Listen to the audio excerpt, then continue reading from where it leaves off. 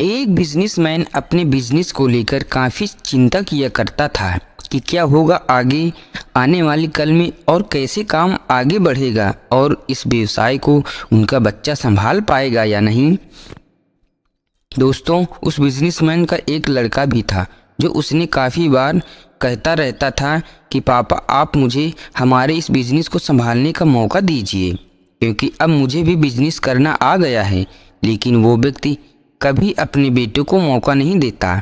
दोस्तों, एक दिन इस बिजनेसमैन को दिल का दौरा पड़ गया जाता है और इसके चलते उनको हॉस्पिटल में भर्ती किया जाता है। जैसे ही ये खबर उनके बेटे को पता चलती है, उनका बेटा दौड़कर हॉस्पिटल में पहुंचता है। बेटा हॉस्पिटल में पहुंचने के बाद उसने देखा कि उसके पापा अब एडमिट हैं और डॉक्टर्स ने उससे ये कहा कि आपके पापा अब पहले से थोड़ा ठीक हैं, धीरे धीरे करके वे अब रिकवर हो जाएंगे। फिर उस लड़के ने अपने एक दोस्त को कॉल करके वहाँ पर बुला लिया।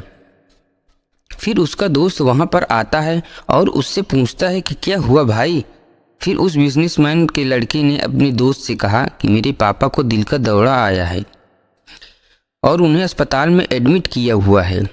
इसके बाद उस बिजनेसमैन का लड़का अपने दोस्त से कहता है कि चल ना जरा बाहर चल के आ जाते हैं, बहुत देर हो गई है इधर। और फिर ये दोनों अस्पताल से बाहर चले जाते हैं। जब वो दोनों अस्पताल से बाहर निकलते हैं तब उनको एक आइसक्रीम वाला दिखता है। फिर उस बिजनेसमैन के लड़के ने अपने दोस्त से कहा कि भाई आ जाओ आइसक्रीम खाते हैं। ये बात सुनकर उसका दोस्त थोड़ा चौंकता है और मन ही मन कहता है कि अरे ये क्या पागलपन है, पापा अंदर भर्ती हैं और ये यहाँ पर आइसक्रीम खाने की सोच रहा है। फिर उन दोनों ने आइसक्रीम खरीद ली और वे दोनों आइसक्रीम खाने लगे। लेकिन उसका जो दोस्त था ना, उससे रहा नहीं गया और उसने अपने दोस्त से पूछ लिया कि भाई मुझे समझ नहीं आ रहा कि तुम्हारे बिजनेस का आगे क्या होगा और तुम्हारे पापा की तबीयत भी ठीक नहीं है और तू यहाँ आइसक्रीम खा रहा है, मुझे कुछ समझ में नहीं आ रहा। फिर ये जो बिजनेसमैन का लड़का था और उसने जो बातचीत कही आप उसे ध्यान से पढ़िएगा। उसने अपने मित्र से कहा कि मुझे ये मालूम है कि तू ये सोच रहा होगा कि मेरे पापा एडमिट है, यहाँ पर आइसक्रीम चल रही है, मज़े चल रहे हैं, पर ऐसा कुछ नहीं है। मैं भगवान श्री कृष्ण का बहुत बड़ा भक्त हूँ और उनकी दो बातें हमेशा अपनी ज़िंदगी में याद रखता हूँ। पहली बात, जो सबको पता है कि काम करना है और फल की चिंता नहीं करनी है, इसलिए जो होगा देखा जाएगा। मैं सिर्फ अपने काम पर ही फोकस करूँगा और फिर बिजनेसमैन भी अच्छा चलेगा। दूसरी बात, वो लड़का अपने दोस्त से कहता है कि तुम्हें भगवान श्री कृष्ण की कहानी सुनाता हूँ, जो तुम्हें दूसरी बात क्या है वो अच्छी तरह समझ आएगी। भगवान श्री कृष्ण की जो पत्नी थी जिनका नाम रुक्मणी था, उनको जब पहला बेटा हुआ था तो उनका नाम प्रद्युम्न रखा गया था और प्रद्युम्न के जन्म के 10 दिन पश्चात ही प्रद्युम्न का अपहरण हो गया। प्रद्युम्न के अपहरण के कारण रुक्मणी नाराज और उदास रहने लगी कि क्या हो गया। भगवान श्री कृष्ण रुक्मणी जी से कहते हैं कि चिंता मत करो, क्योंकि प्रद्युम्न जहाँ पर भी होगा वहीं पर ठीक होगा। लेकिन इतना समझने के बावजूद भी रुक्मणी अपने बच्चे की चिंता में उदास और निराश रहती थी और इस तरह चिंता करते रुक्मणी के 18 साल बीत गए। 18 साल के बाद द्वारका में जब प्रद्युम्न की वापसी हुई और जब प्रद्युम्न द्वारका में वापस आए तो उनके साथ उनकी पत्नी मायावती भी थी। अब समस्या ये थी कि मायावती की उम्र प्रद्युम्न से 20 साल ज़्यादा थी।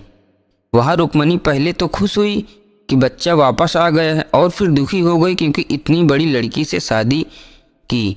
इसलिए रुक्मणी फिर से भगवान श्री कृष्ण के पास जाकर कहने लगी कि ये क्या हो गया।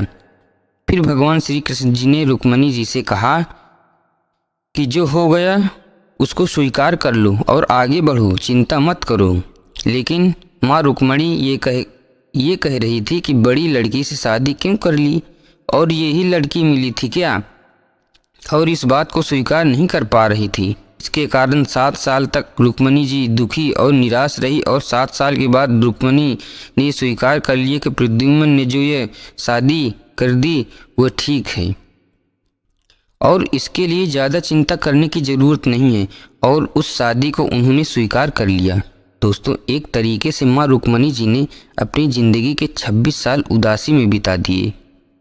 इस कहानी को ख़त्म करते हुए लड़का अपने दोस्त से बोला कि मैंने अब स्वीकार करना सीख लिया हुआ है, क्योंकि भगवान श्री कृष्ण जी कहते हैं कि जो हो रहा है उसे स्वीकार कर लो, ज़िंदगी अपने आप सहज हो जाएगी। दोस्तों, ये छोटी सी कहानी हमें दो बड़ी बातें सिखाती है और यही बातें आपके साथ शेयर करना चाहता था कि हमारी ज़िंदगी में कुछ भी घटता है उसे स्वीकार करना सीख लीजिए और फिर ज़िंदगी अपने आप सहज हो जाएगी। हमारे नियंत्रण में जितने भी चीज़ें होंगी उन चीज़ों पर तो हमें ज़रूर नियंत्रण रखना चाहिए, लेकिन जो चीज़ें हमारे नियंत्रण से बाहर हैं उन चीज़ों को हमें स्वीकार कर लेना चाहिए। अगर हमने स्वीकार नहीं किया तो भी माँ रुक्मणी की तरह बहुत सालों तक उदास रह जाएंगे। दोस्तों, कहानी पसंद आए तो लाइक एंड सब्सक्राइब ज़रूर करिएगा।